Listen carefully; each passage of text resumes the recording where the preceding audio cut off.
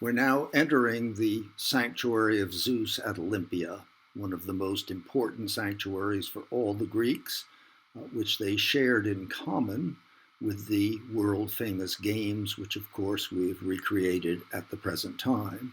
But in antiquity, as an institution, these games lasted for 1,000 years or a little bit more. So the sanctuary was very important to all the Greeks, and they would gather every 4 years in order to take part in them. And there was a sacred truce so that even if warfare was going on, that was supposed to stop for 6 weeks so people could get to the games, attend the games, and then get back home again. And then war could resume. But it was a sacred truce sworn to by all the cities of Greece. The sanctuary goes back to the 8th or 9th century BC. Most of the buildings we're going to see are 6th and 5th century BC. Right in front of us now is the temple dedicated to Hera, the wife of Zeus, and it's one of the very earliest Doric temples that we have anywhere in Greece, probably built in stone as we see it in about 600 before Christ, long before most of the other monuments that went up in the sanctuary. It's built in the Doric order, which is that simple, severe style, which was developed here in the Peloponnese, here and at Corinth. So you're seeing rather ornately rearranged with its decoration, but you're seeing there one of the earliest temples that we have in Greece. And we are walking now toward the stadium, but we will see as we go a great big altar to Pelops, who was the founder of the games and came to be the king of the Peloponnese, which is how the peninsula got its name. And he was an early hero of Elis and said to be one of the mythical founders of the games.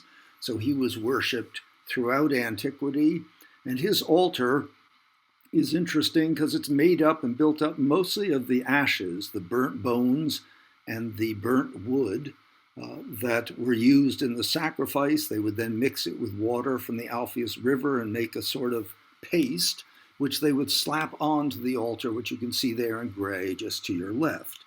We don't know the full height, but you can see it's just a huge pile of ash and what we actually call an ash altar with the sacrifices taking place on top, and you can see the fire there that is waiting to be lit.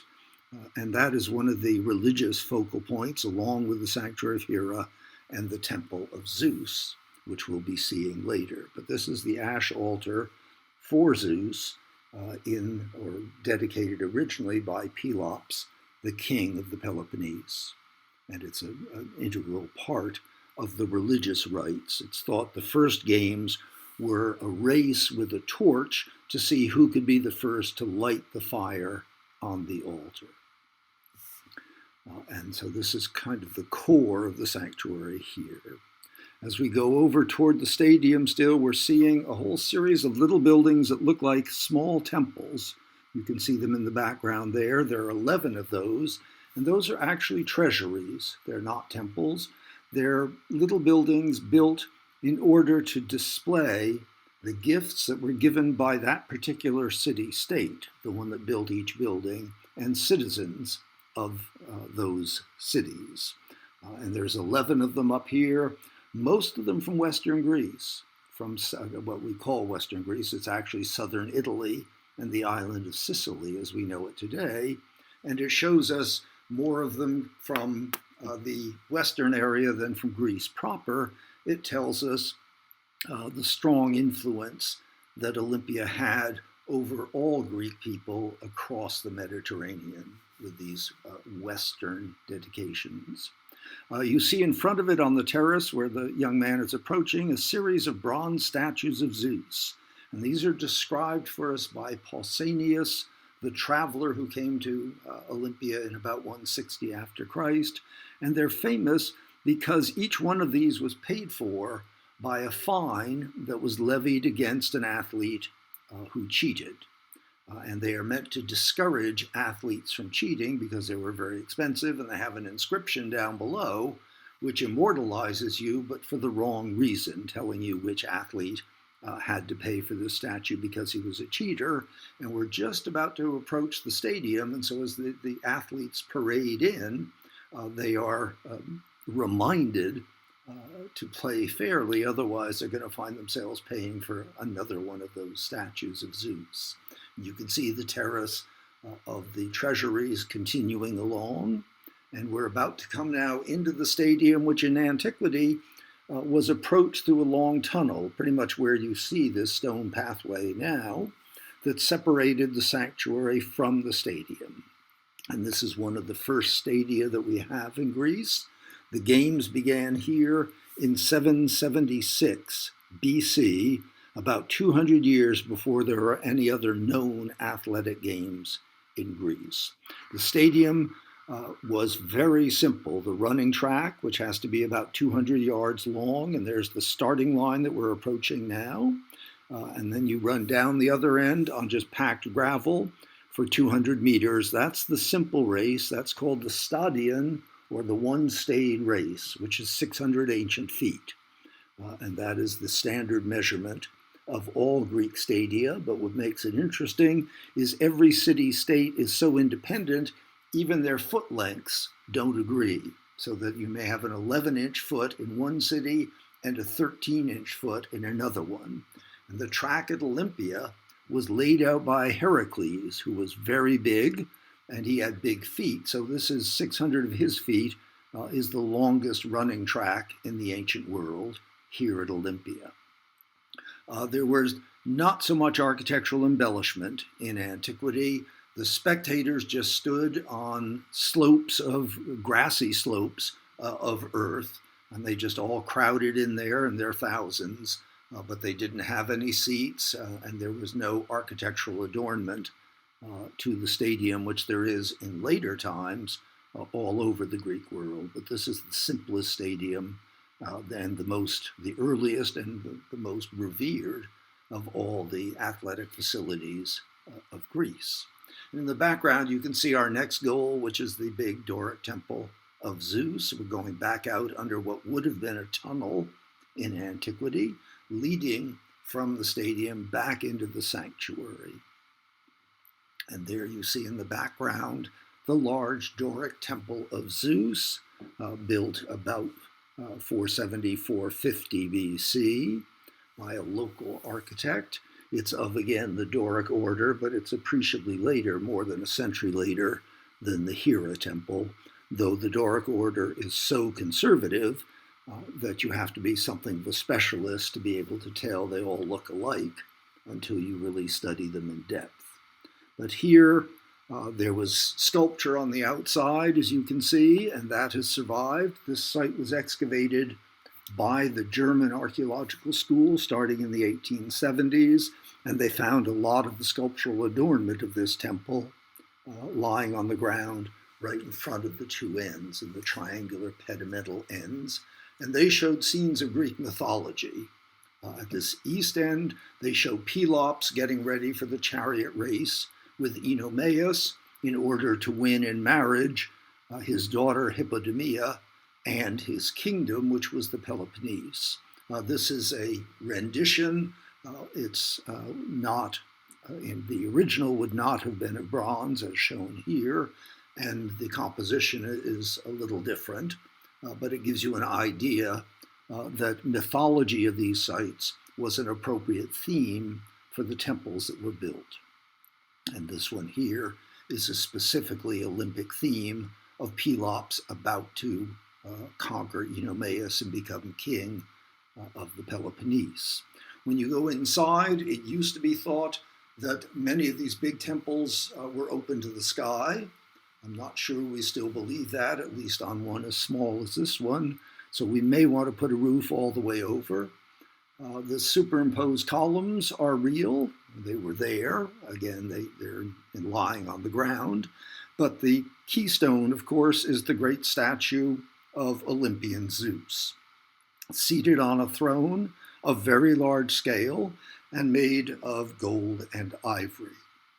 He was manufactured on the site, and we know what he looks both from descriptions in our friend Pausanias and also it appears very commonly on many of the coins of ancient Greece. So sitting enthroned like that, with a scepter and an eagle on top of it, his hand outstretched with the goddess Nike, victory, in his other hand. All these basic features are illustrated for us in a number of Greek coins. So the statue does not survive at all, except in tiny bits and pieces, but we know its form better than we do for almost any missing ancient Greek statue. And the interior, again, the superimposed Doric columns are a regular feature of many Doric temples. They would like, it's for this that the Ionic order is invented, because it's taller in relation to its diameter, and they began to prefer, rather than superimpose Doric, just to use taller, thinner Ionic columns, which could reach up to the ceiling without using up so much of the floor space inside the building itself. But this is one of the great classical temples of Greece, and one of the most important because of the cult of Zeus. Coming around here, there would have been below us a forest of statues. We hear descriptions of as many as 200, 250 statues that could still be seen here in the Roman period, even after many had probably been taken away to Rome and other places, because the winning athletes had the right to set up a statue commemorating their victory. And either their family or their city-state would set up one of these statues if their victory was particularly noteworthy. And Pausanias describes many of them for us, and we have the inscribed bases that tell us about many more.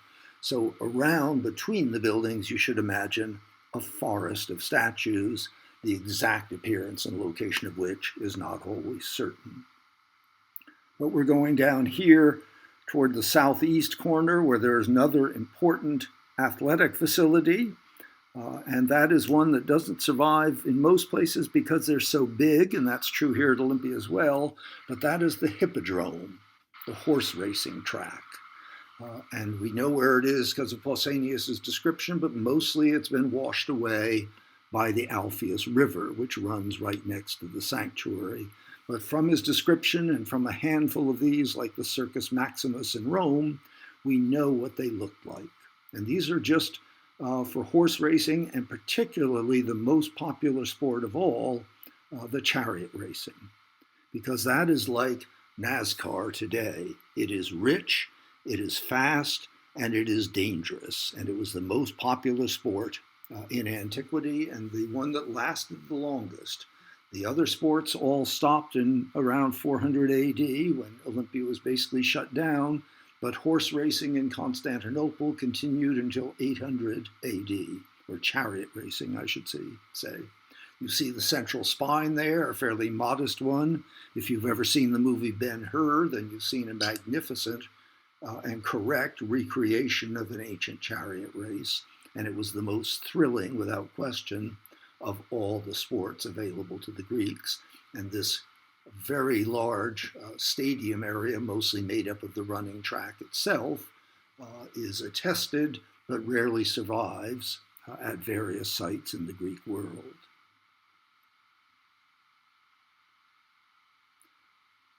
And as we continue on, there are other buildings. There is a Bouleuterion, which is the kind of building that is used for meetings. Olympia was administered by the nearest city, which was Elis, about 30 miles away. But pretty much everybody moved down here when the festival was on, and there were all sorts of meetings among the leaders of the various Greek states who had come here in order to participate and watch in the games, and to make some of the decisions, to make treaties, to declare war. Foreign policy was carried out here, and meetings of the representatives of the Greek states, as well as the people of Elis who were running the games, could be held in the meeting hall that you see here, and that's what the word Bouleuterion means. It's the building for a council. And as we continue along here, we're near the edge of the sanctuary where not much more is to be seen, but we're going to look at the provisions for the visitors and more facilities for the athletes as we go walk our way around the Temple of Zeus.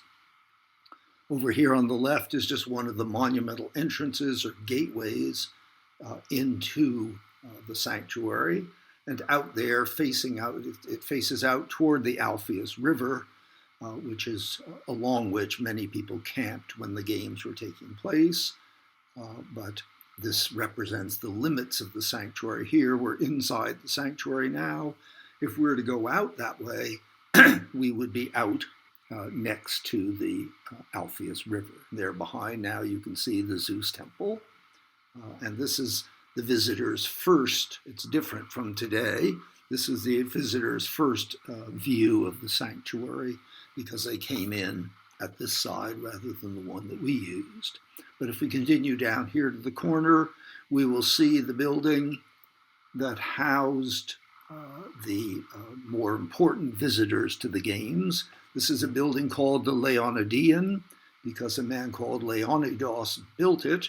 And it's a big, spacious, open courtyard with fountains in the middle, and then columns all around that square area. And behind that, a series of rooms where the important people, the VIPs, got to spend their time. Everybody else camped out in the groves around the sanctuary or along the banks of the Alpheus River.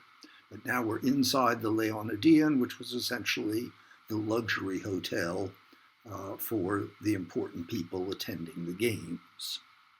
And if we go out from here, we will come into the area where the athletes trained before the actual performances, which took place in either the stadium or the Hippodrome. But we're coming out here, we're seeing one building that is very unusual. That building right in front of us is a workshop, and it's known as the workshop of Phidias because it's just the same size as the interior of the temple itself, and it's in here that Phidias actually made the gold and ivory statue of Zeus in this building that was meant to be the same scale as its final resting place. But they, in order not to mess up the interior of the temple, or because they were working on it, the statue is assembled right here. It's nothing but a big workshop. And it represents the size and dimensions and the shape of the interior of the Zeus temple. And this is where that massive gold and ivory statue was first assembled, and then it was taken apart and reassembled in the temple proper. And Pausanias describes this workshop. And when the German excavators dug here, they found molds, they found pieces of precious metals and jewels and things of the sort that adorned the statue. So we have remnants of the construction of that massive statue that we saw in the temple just a few minutes ago. And if we go out this way, I think we're going to, cheat and go through the window. We're seeing an area where there was a bath for the athletes. And mostly baths have, as you can see, you're not seeing it here, excuse me, but in many baths you have individual tubs. But here at Olympia, where there's so many athletes who need to be cooling off and washing off, they actually have a swimming pool. And these are very rare in antiquity, and we find them only in those places, sanctuaries, where there are large numbers of athletes congregating. And so public swimming pools are not common in the Greek period. They're very common in the Roman period. But in the Greek period, they're confined pretty much to these major sites where athletic contests were held. So there's a rare example of a Greek swimming pool. And if we continue on this way, we'll go to where they exercised and to the gymnasium itself.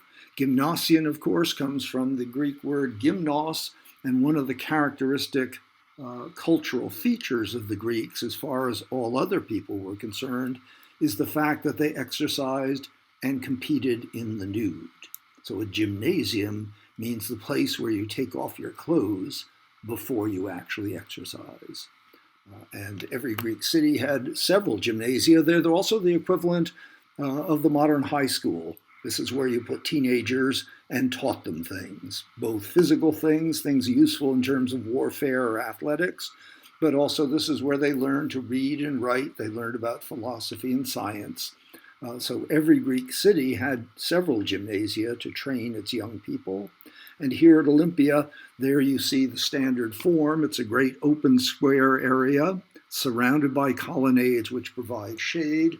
And behind the columns are rooms, both for the athletes, where there's massage rooms, there's powdering rooms, there are some bathing facilities, and some of the other rooms are essentially lecture halls or classrooms where people would come and lecture to them on whatever the topic of the day was. So you're seeing here, as I say, the equivalent of an ancient high school, but also the place where athletes trained, because they only performed in the stadium and in the Hippodrome on the days when the real contests were taking place, but they trained every single day in wrestling, in boxing, and in various other of the competitions that took place. One of the interesting things about these games is there are no team sports in the program. This is all about individual achievement, and there are no prizes for coming in second or third. One person was the winner, and everybody else was the loser. It's very, very much a sort of aristocratic approach and an emphasis on the individual rather than on cooperation and working together. So this is where these skills were honed here at Olympia. They would come, the athletes, a month before in order to train before taking part in the games. And here we get a literal bird's eye view of various buildings which may or may not have existed, but they give you a good idea of how these sanctuaries looked as you went through them. There you see the Hera temple, the Zeus temple off to the right, almost a review of what we just saw. There are the treasuries on the left, the zons, the statues of Zeus for the cheaters just below, heading toward the running track of the stadium. There's the stadium, and over to our right will be the Hippodrome. And this is basically where our enthusiasm for sports was developed and practiced, as I say, for more than 1,000 years.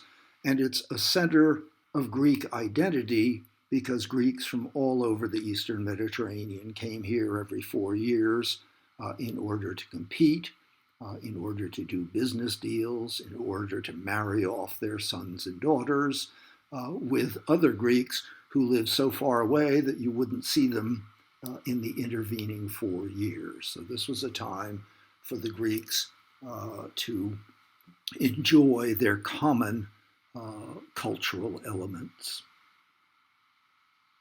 A very important one of which was athletic competition.